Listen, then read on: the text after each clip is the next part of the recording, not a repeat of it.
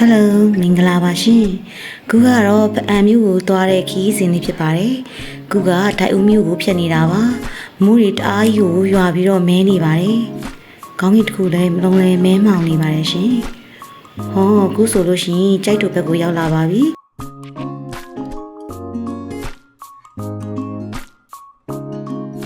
ရာသီဥတုလေးကပြန်ပြီးတော့ကျဉ်နေသွားပါပြီကျိုက်ထူမျိုးကလွန်တော့ကျမတို့ဒါကတော့တထုံကိုစဝင်ပါပြီရှင်တထုံမျိုးရောက်တော့လဲနေကတာနေပါတယ်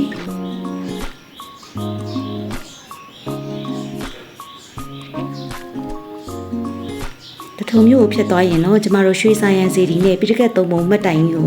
မြင်တွေ့နိုင်မှာဖြစ်ပါတယ်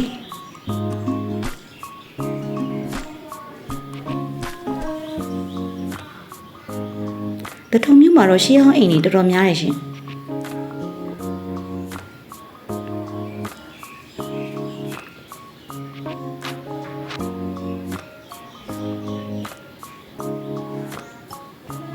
ဒါကတော့ရွှေစာရန်စီရီတော်ကြီးဖြစ်ပါတယ်တထုံမျိုးရဲ့ကုံဆောင်မှာ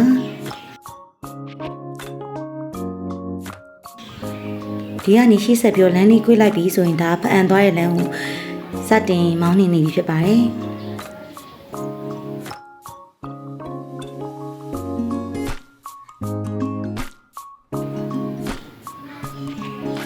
တထုံမျိုးကိုကျော်လွန်လာခဲ့ပါပြီ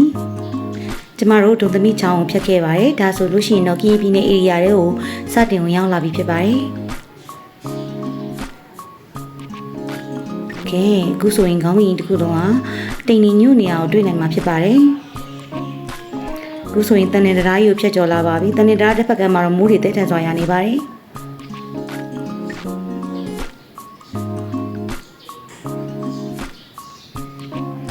တန်ဒရိုက်ဖြတ်ပြီးတဲ့အခါမှာတော့ကျမတို့ကဖအံမြို့ဘက်ကံကိုရောက်ပါပြီ။ဟောအခုဆိုရင်တော့မိုးတိတ်သွားပြန်ပါပြီ